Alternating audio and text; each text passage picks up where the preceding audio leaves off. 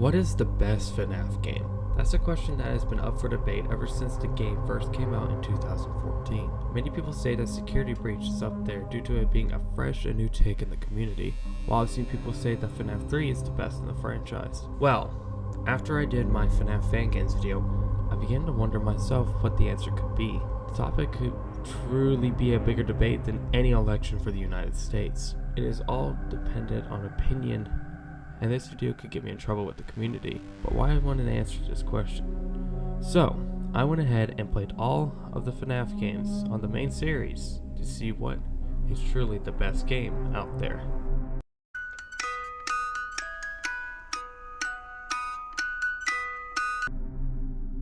Before I start, I want to say that this is all my personal opinion. Though to keep the bias aside, I will be rating these on different score levels out of 5. What I will be rating on will be the main basis of a FNAF game: gameplay, audio and visuals, jump scares, and story. I will also be judging the difficulty of their final night, examples being the 2020 modes or the final part of the game that in some games lead into the endings. Whichever game has the highest score at the end will be the winner and will be the best FNAF game that you can play.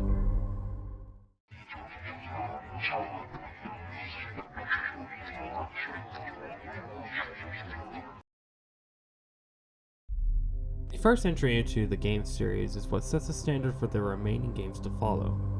Five Nights at Freddy's 1 dropped on August 8, 2014 by a man named Scott Cawthon, who in the past was completely dogged on by critics for his previous games.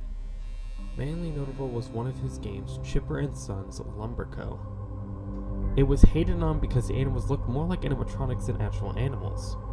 Instead of giving up, Scott decided to use this to his advantage, and with that, Five Nights at Freddy's was born.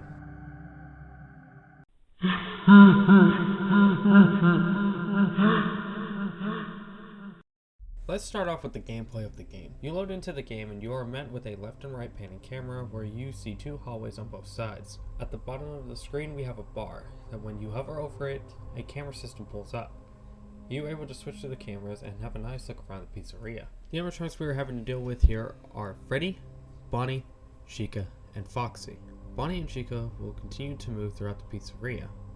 Bonnie attacks you from your left and Chica attacks you from your right. You need to use your lights to see if they're outside your door. You just hit the door button if they are there. Don't be too slow, as the door will disable if you aren't quick enough. Next is Freddy. He moved towards the rest hall and has his audio cues. Every time he laughs, he moves. He'll move from the show stage to the diner area, to the bathroom, and then to the hallway. Once he gets to the corner of the hallway, better keep the door shut. If he moves again, you'll lose if the door is opened. You will also need to keep the door shut after he laughs again and moves away from the corner. Only reason is because he's waiting outside of the door for when you open it, he enters the office. So you have to wait for him to laugh again and move. Finally, we have Foxy. He needs to be watched on the cameras as it slows him down from exiting his cove. Once he exits the cove, he will start running down the east hall and you will need to quickly close the door or else Foxy will come in and jump scare you. This game keeps you on your toes and you need to be aware of your surroundings or else you will end up in this suit. Gameplay is nice and comfortable for a first big installment of the franchise. So I give the gameplay a solid 3.5 out of 5.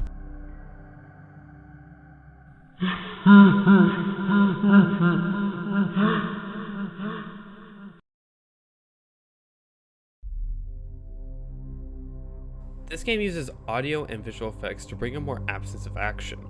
The sounds are to make you feel hopeless, and I believe this game does it very well.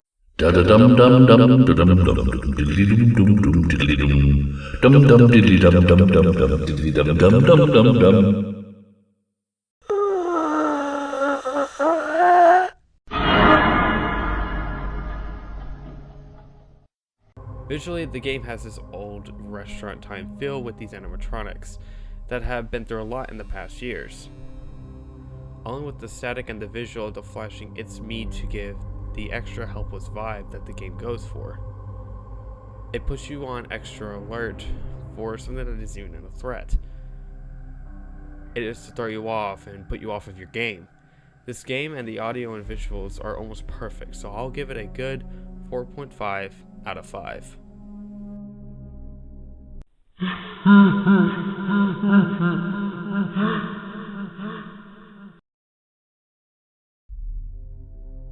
jump scares in this game are very decent. A lot of them come out of nowhere, which keeps the game fresh, as they are also random on when they show up at your doors and move throughout the pizzeria. They look good, and their scream is terrifying, as it sounds like a person screaming before the demise. I will give these a 4 out of 5.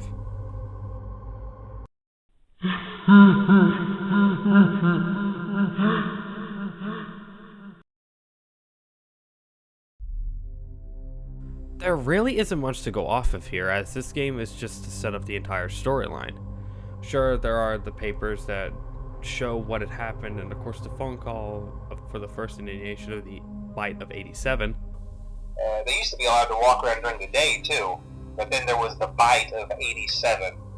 Yeah, it's amazing that the human body can live without the frontal lobe, you know? This game will probably get a 1 out of 5 for story-wise if it didn't set up the main reason why FNAF stayed alive for many years to begin with. The bite of 87.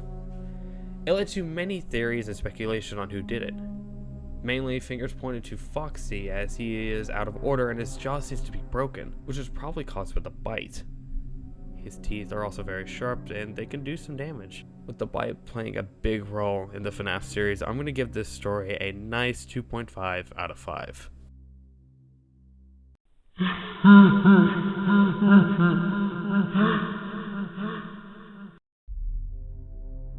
The difficulty of the 2020 mode for this game is almost impossible, unless you play this game perfectly. It is so hard to explain what to do here, but I'm going to try, so here we go. First things first, you need to keep the right door closed at all times while you look at the cameras, as Freddy can just pop out the door within seconds. Then you need to keep watching Foxy at a consistent 5 seconds per view to keep him at bay for as long as possible. You then need to keep an eye on the doors in this 5-second period to make sure that Bonnie and Chica aren't at the doors. But if you don't check them at the right time, you will not be able to shut the door, just need to run right then and there. All of this, and with also managing power, with your right door being down at the majority of the night, which in 9.9 out of 10 attempts ends up with the power going out at the beginning of 5 fucking a.m. This was literally so hard, and there wasn't even a 3rd star in the first place, as Scott himself even thought this would never be beaten. This is easily a 5 out of 5 final night for how fucking difficult it was. Alright. On to the next game.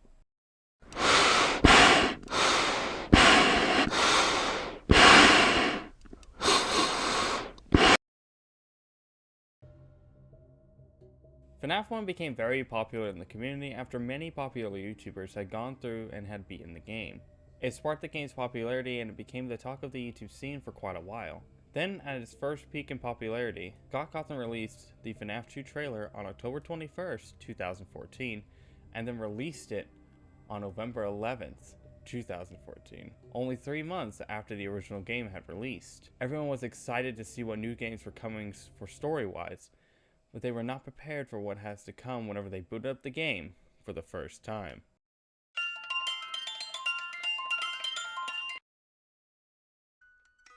So, you boot up the game and are met with 3 entryways. 2 vents on your left and right, and a massive hallway in front of you. There are 2 bars at the bottom of the screen, one red and one white. The white one pulls up the camera system that lets you see throughout the pizzeria. Only one issue though, you can't see anything. That's okay because you don't have a power meter, only a flashlight meter, which can be used on any camera in the pizzeria to get the best view on who or what is in the specific rooms you use it on. Then you have camera 11.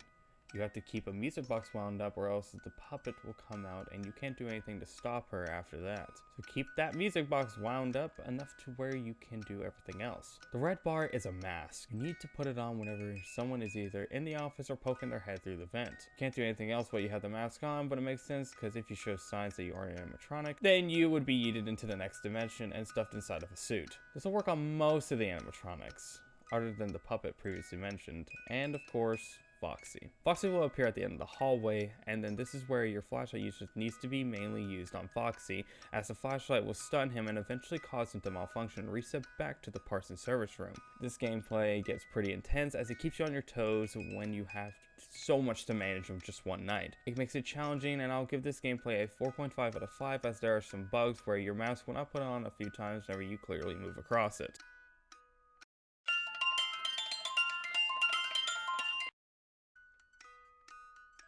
The audio and visuals are definitely better than the first game. First off, whenever you load up the cameras and don't have a flashlight on, the building is a lot darker and ominous. You don't know what will be there when you turn on the light. Next, we have of course all of the audio that either A, puts you on the edge of fear, or B, it is used to set you off and distract you from your current objective.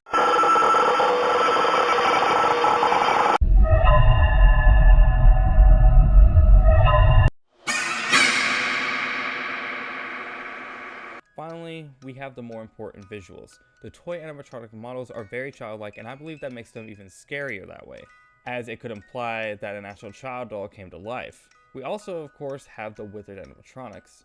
These guys are all broken down and in disrepair. They are definitely more terrifying than ever, and it makes them more dangerous. Finally, we have the visual from when the animatronics are down the hallway, as it gives a bigger, scary feel knowing that they are close and ready to attack. I'm giving these a 5 out of 5 as these are definitely amazing.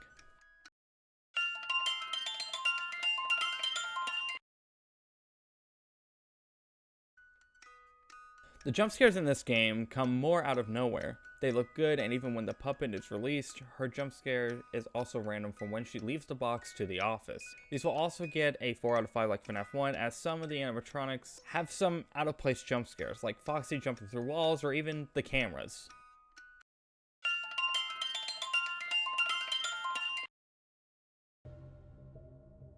The story continues off of what happened in FNAF 1. It is drawn to attention on the first night that this game actually is a prequel.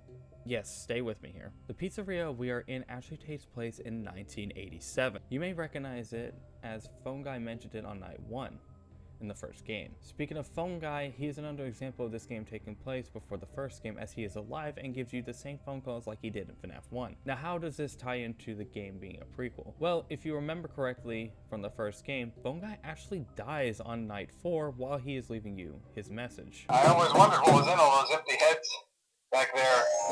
You know. Oh no. While in FNAF 2, Phone Guy is alive and well. Hello? Hello? Hello and welcome to your new summer job at the new and improved Freddy Fazbear's Pizza. We have a few more shows of proof on this game taking place in 1987. For one thing, our check at the end of the 5th night is dated for November in 1987. We're also shown the newspaper that the pizzeria is closing and that all the toy animatronics will be scrapped for parts and the withered animatronics will take their place once the pizzeria opens up. Phone Guy himself even says he'll take the night shift once the new place opens up. When the place eventually opens again, I'll probably take the night shift myself. Okay, good night and good luck. The final piece of the story we have here is the first showing of Purple Guy, or also known as William Afton. He shows up in the death mini games which randomly happen after an animatronic jump scares you. We also finally get confirmation on when the killings took place, the day that FNAF 2's Night 6 takes place. Someone used one of the suits. We had a spare in the back, a yellow one. Someone used it. This also ties Golden Freddy into the game, other than him being an Easter egg in FNAF 1. There's still no mention on when the bite had happened, so one had to assume that it takes place on the final night's day. The victim is unclear still to this day, but the suspect is now changed to be Mangle, as the pull apart put back together fun could finally cause the malfunction to bite the frontal lobe off of a child or adult. This game has brought a lot of story and interest that the series needed to keep going. This is an easy 5 out of 5 as it gives much more details on what is happening.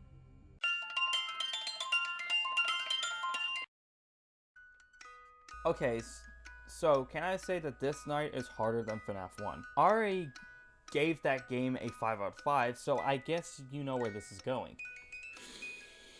First off, switch to cam 11 and start winding up the music box until you hear the audio cue for Foxy in the hallway. Then start flashing the hallway in a pattern to not waste your flashlight battery. At this point, you need to keep winding up the music box, and as you pull your camera back down, quickly move over and put on the mask, as any animatronic could pop into your office. Once clear, take off your mask and repeat until you hit 6 AM. This wouldn't be so much of a problem if RNG wouldn't be in your favor and have animatronics go back to back so that you couldn't even wind up the music box and then have it wind down, as you might as well just get jump scared by the next animatronic you see, as you have to start the whole night all over again. Oh, but don't worry, because sometimes whenever you flick over the mask, it won't even put on and you miss the timing, getting jump scared, and you have to start all over again. FUCK! This night, of course, it's getting a 5 out of 5, as it is probably the hardest game in the series to complete. Oh my god, guys. Oh my god! Alright, let's move on to the next one.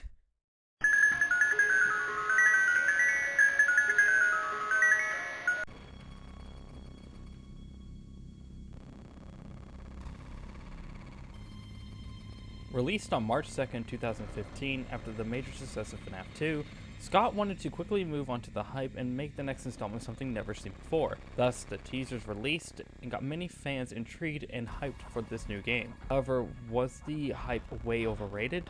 There are plenty of people who say that this game is boring and repetitive, so let's just hop right into it.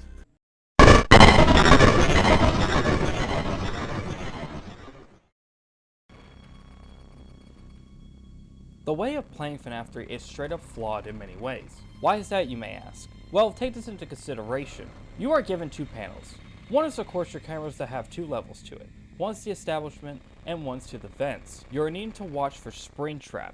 You need to find which room he is in and he can hide, so you need to keep an eye out for him. But be careful because there are other animatronics to deal with. Well, sort of. Freddy, Mangle, Foxy, Chica, Balloon Boy, and the Puppet are all in phantom form. Mangle and the Puppet prevent you from using your tools that you are handed at your disposal. Those tools being the second panel in the office. You have 4 buttons: audio devices, camera system, ventilation, and reboot all. The audio devices is the ability to lure Springtrap into a connected room.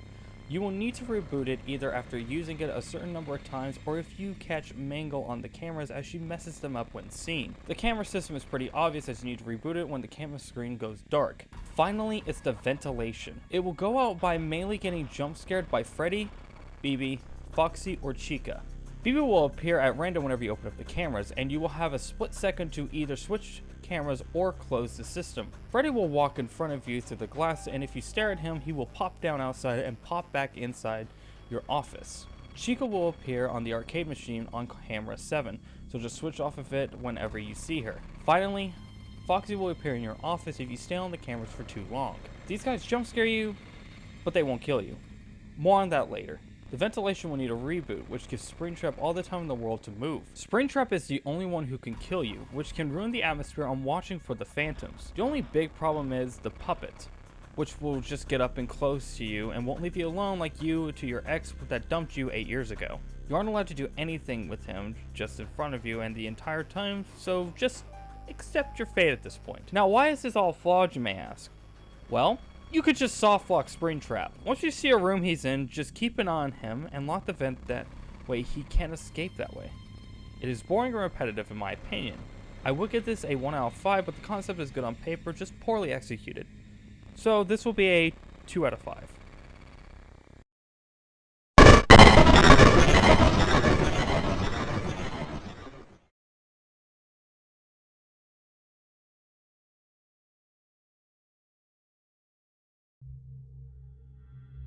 I will give credit where credit is due, as this is some pretty nice visuals for a FNAF game.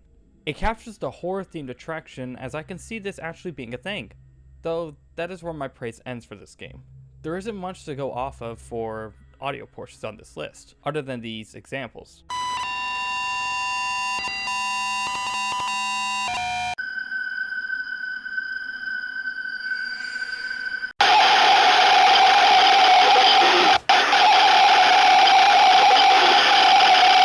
The visuals are good, so I'll give this a 3 out of 5.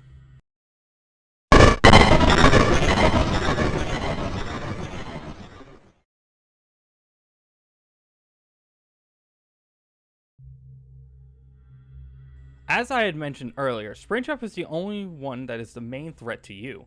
There are a total of 7 animatronics, and 6 of them just give you inconveniences. 2 of them don't even jump scare you. It catches you off guard whenever you first play the game, but over time it becomes less scary. One with the fact that Springtrap's jump scare is just him walking over to you. It does nothing for you, which makes this game unscary. This is going to get a 1.5 out of 5.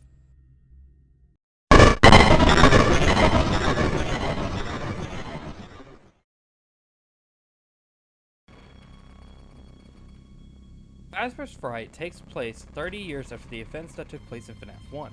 The attraction is supposed to open within a week, and you need to make sure that nothing happens to the place as the preparations are getting ready to open the doors. The first night goes by quickly with no threat as Springtrap isn't even present in the building. He is grabbed on the exhibition to find more parts and props from the FNAF 1 location, as it is hinted in the phone call. Some guy who helped design one of the buildings says it was like an extra room that got boarded up, or something like that. So we're gonna take a peek and see what we can find. There is one reason on why we know it is the FNAF 1 location. The minigames that show up after each night. There are minigames of each animatronic character from the original game. They all end the same with an error message after following Shadow Freddy around the pizzeria. Once you try to go back and leave, Purple Guy will appear and take apart the animatronic you are controlling. After completing Night 5, you are then led into playing as the Crying Child. This child isn't confirmed to be a specific animatronic, but I believe that it is the child that haunts Golden Freddy, as he doesn't make an appearance in this game other than one occasion that I'll bring up later on into this topic.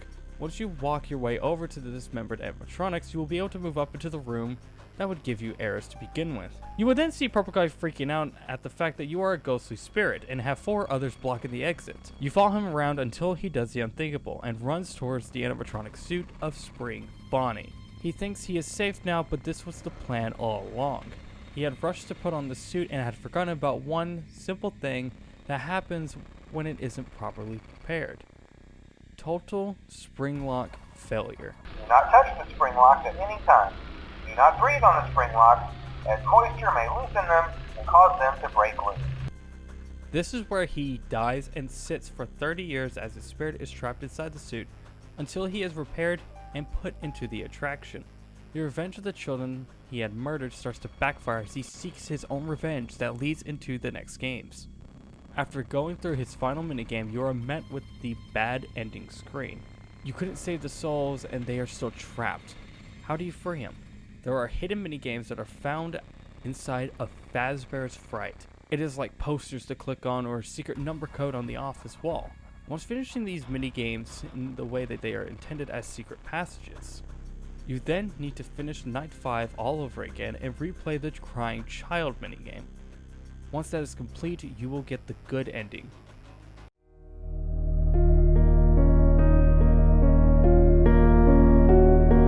Which is the canon ending that the original 4 animatronic spirits have finally been put to rest. Ending a saga of torture that has been this way for almost 40 years. This is an emotional ending as many YouTubers didn't think FNAF would have another game come out. While looking at this video's timestamps, you can see that that is the case. However, the story is a mind-blowing thing that revenge was sought for the murdered children, but will end up backfiring in the end. This is a 4 out of 5 story and is easily the best part of the game.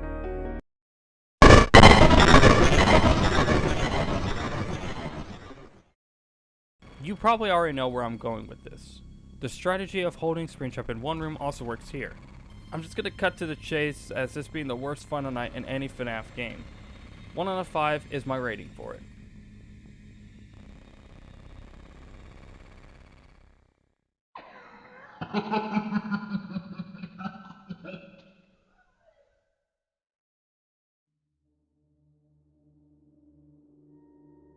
With the only thing good to come out of FNAF 3 being the story, Scott had gone quiet for a few months until releasing the first teaser for FNAF 4. This teaser was something different and looked terrifying. I'm going to show you this teaser as it has a big impact on theories and story-wise. The last chapter has a bigger meaning as this game closes out some questions. I'll get more on that in the story part. One thing before we get into this is that I am not mentioning the box as nothing has come from it, so don't ask me about it in the comments below.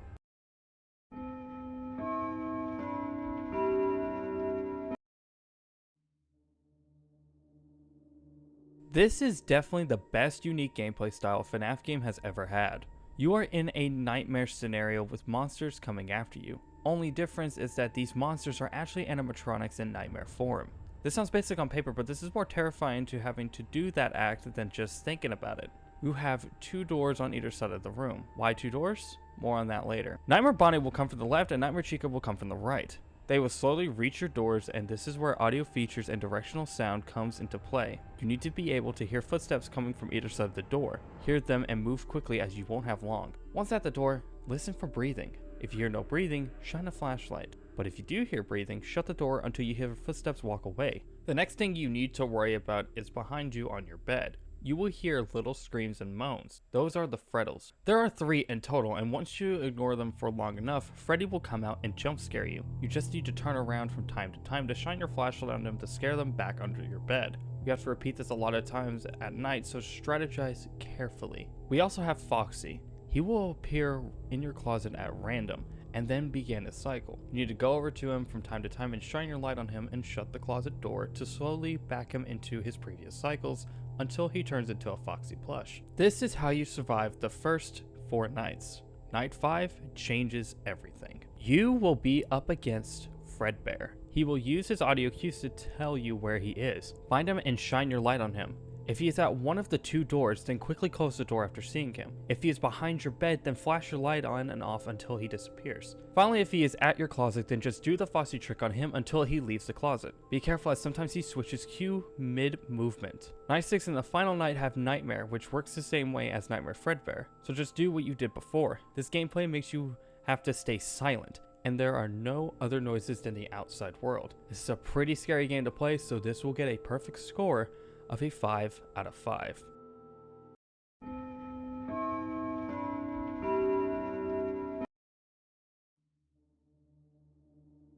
The audio and visuals really take the cake here with how this nightmare-fueled adventure happens before your eyes.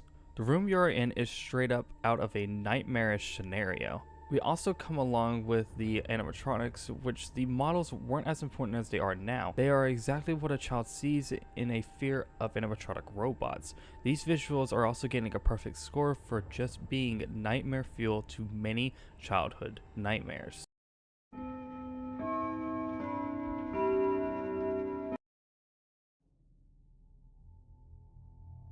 These jump scares are the most unpredictable, as you never know how close the animatronics are until you go right to the doors. Sometimes your own hearing can work against you, and you'll end up hitting your flashlight when you are not supposed to. They scare the daylights out of you, so I'm going to give this a 4.5 out of 5, as Nightmare is literally just a still screen when he gets you.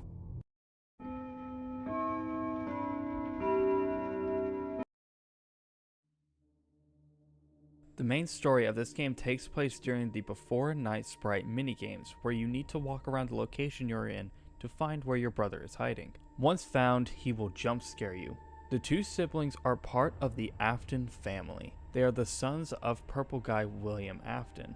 The oldest being Michael, who is actually the guy you play as in FNAF 1, as he is under a secret identity. Michael loves to torture his brother with his foxy head. The minigames will always start with how many days there are until his little brother's party. The little brother who we play as in these minigames is known as the Crying Child, but the community has given him the name of Evan Afton, so I'll be referring to him by Evan for the time being. Evan runs into many different scenarios and just cries all the time. All the kids make fun of him, and he doesn't want this party to happen. But his dad William owns Fredbear's family diner, so while he may not like it, it is good for his father's business. The birthday party takes place after night 5, and it had made the whole world stop in time for all players, as it gave the reason for the nightmare-filled game we are playing. Michael and his 3 friends all wear masks that represent the original cast of animatronics: Bonnie, Chica, Freddy, and of course, Michael wears the Foxy mask that he had tormented his brother with for so long.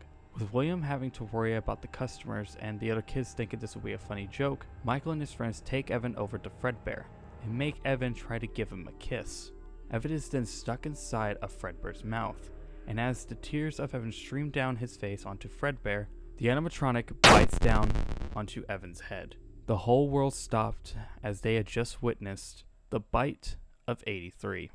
Evan wasn't killed right away by some miracle, but it was short-lived as he was put into a coma from the bite. This is where the game we are playing makes sense, as it is the nightmares that Evan has in his comatose state. These hints are given out occasionally, as you will see 1 out of 3 items appear behind you on the bed. an IV bag, flowers, and pills. This is proof that we are dreaming, but still are connected to reality. There is one final minigame after you complete Night 6. The Fredbear plushie begins talking to Evan and starts saying his goodbyes, as the bite had done the damage, and Evan was never going to wake up. He watches and cries as his only friends, his plushie animatronics, fade away and leave him there to sob until he takes his final breaths. This had answered the questions on why William Afton began killing, as revenge for what Michael did to Evan. It is a dark and twisted mindset to have, killing because of your own son. This is why Michael went into hiding and changed his identity to Mike Schmidt in FNAF 1, as he wanted to investigate the pizzeria in an attempt to stop his father and hopefully seek forgiveness from Evan. This story is truly the final chapter to the original story of FNAF. The first 4 games join in to close out the mind on why William Afton began his killings to begin with.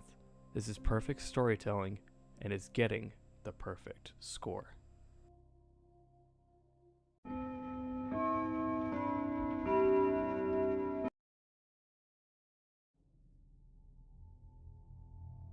The final night to this game is the secret 20 mode on the game by typing 24 times on the extra screen. You end up taking on all the Nightmare animatronics, with Fredbear and Nightmare coming out at 5 AM. It is a weird change in pace on this original formula, but it is challenging, so I'll give it a 4 out of 5.